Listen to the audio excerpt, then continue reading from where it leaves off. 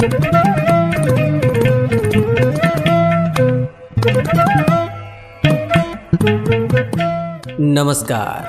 Radio रिमझिम से प्रस्तुत है स्थानीय हालचाल। पहले मुख्य हालचाल।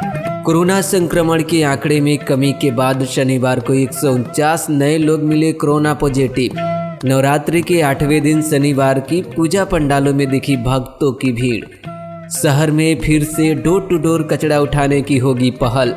चुनाव को लेकर उत्तर प्रदेश की सीमा के इलाकों में रहेगी अतिरिक्त चौकसी।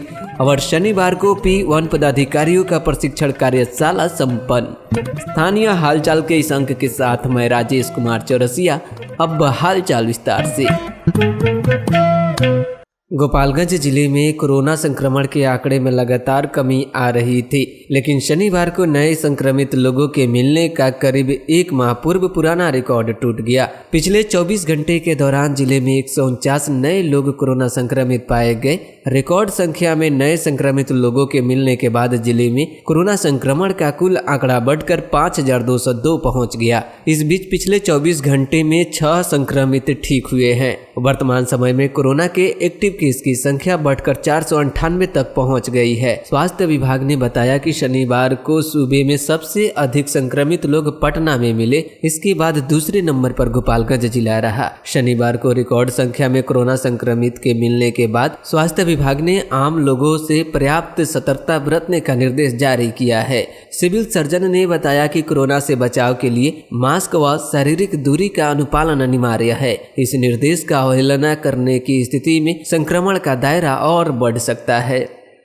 शनिवार को नवरात्रि की अष्टमी पर मंदिरों पूजा पंडालों में भक्तों की भीड़ देखी। शुक्रवार को पंडालों में स्थापित मां दुर्गा की प्रतिमाओं के पट खुलने के बाद ग्रामीण इलाकों के बाजारों में भक्तों की भीड़ लगी रही। शनिवार को पूजा पंडाल में सुबह से ही लोग मां भवानी का दर्शन करते रहे। प्रशासनिक स्तर पर सभी पूजा पंडाल तथा आसपास के इलाकों में पर्याप्त चौकसी बरती गई। हालांकि कोरोना संक्रमण होने के कारण इस बार शहरी इलाकों में पंडाल बनाने की इजाजत नहीं मिलने के कारण शहरी इलाकों में पूजा की रौनक नहीं है। ऐतिहासिक थामे दुर्गा मंदिर के कपाट बंद होने के बावजूद मंदिर परिसर में ही भक्तों ने मां दुर्गा के 8वें स्वरूप की आराधना की। हमारे संवाददाता ने बताया कि थामे के लछवार मंदिर में हजारों की संख्या में आए श्रद्धालुओं ने मां भवानी का दर्शन किया।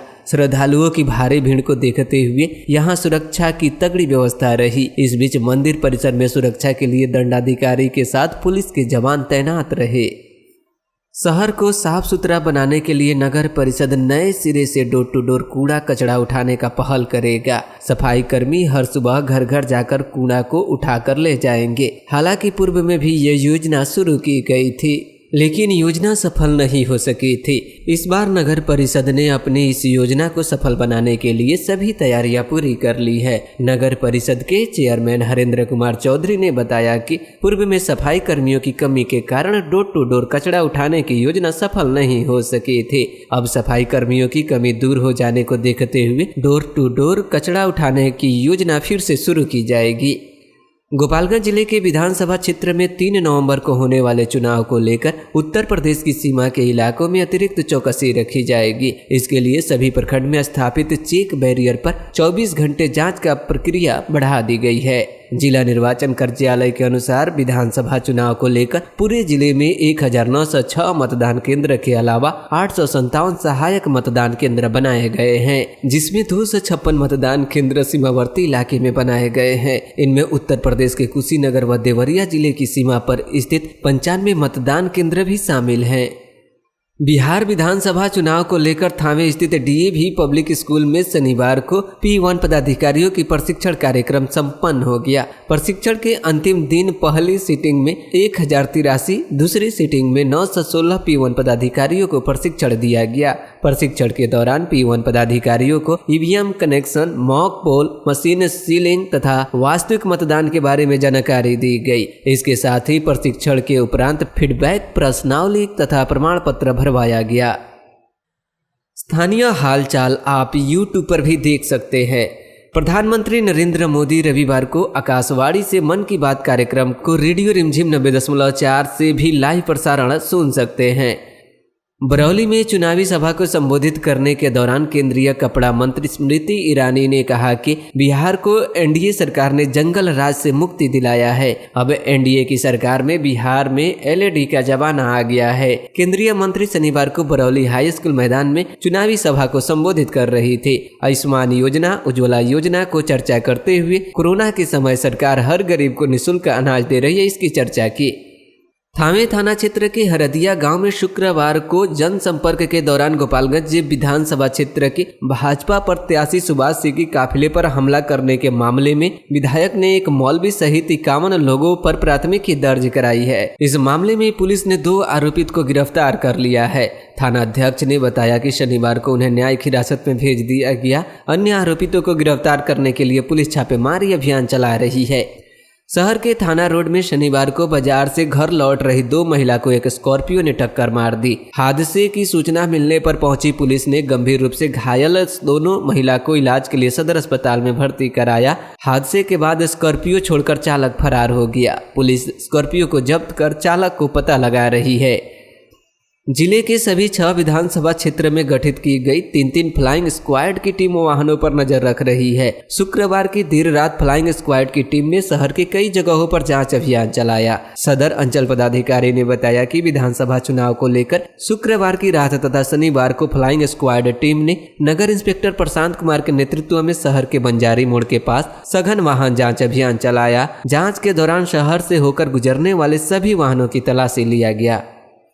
विधानसभा चुनाव में उतरे प्रत्याशियों का चुनाव प्रचार तेज होता जा रहा है। प्रत्याशी गांव-गांव में जाकर लोगों से जनसंपर्क कर अपना समर्थन मांग रहे हैं। इसी के साथ शहर से लेकर गांवों में लोगों के बीच चुनावी चर्चाओं का दौर शुरू हो गया है। विधानसभा चुनाव में पहली बार मतदान करने का अवसर पाने वाले युवतियों में भी मतदान करने को लेकर उत्साह बढ़ता जा रहा है। युवतियां इस बार को लेकर काफी उत्साह है कि उन्हें भी इस बार लोकतंत्र के इस पर्व में अपनी भागीदारी निभाने का मौका मिल रहा है। जयप्रकाश विश्वविद्यालय के अंगीभूत और संबंध कॉलेज में स्नातक प्रथम खंड सत्र 2020-23 में नामांकन को लेकर शुक्रवार को औपबौद्धिक मेगा सूची का प्रकाशन कर दिया गया है। विद्यार्थी औपबौद्धिक में त्रुटि का सुधार 25 से 29 अक्टूबर तक करा सकते हैं। पार्ट 1 में नामांकन को लेकर यूनिवर्सिटी मैनेजमेंट इंफॉर्मेशन सिस्टम की वेबसाइट पर ऑनलाइन आवेदन लिया गया था। जयप्रकाश विश्वविद्यालय के अंतर्गत छपरा, सिवान और गोपालगंज के अंगीभूत एवं संबंध 31 कॉलेजों में करीब 36,000 सीटों पर नामांकन के लिए 88,097 आवेदन प्राप्त हुआ है, जबकि सीट मात्र 36,000 है।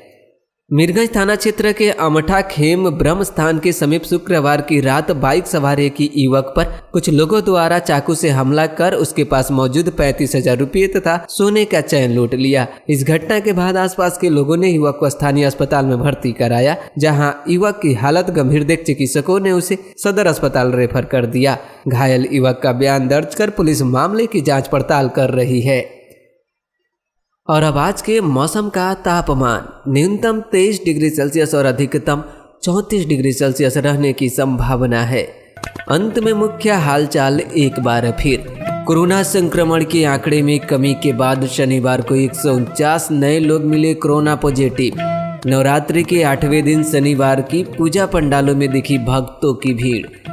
शहर में फिर से डोर टू डोर कचरा उठाने की होगी पहल।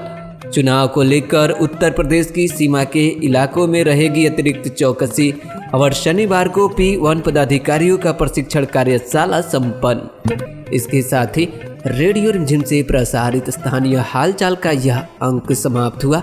नमस्कार। कोरोना संक्रमण को लेकर सोशल डिस्टेंसिंग का पालन कीजिए, मास्क लगाइए, घर में रहिए, सुरक्षित रहिए। सुनते रहिए रेडियो रिमझिम 90.4।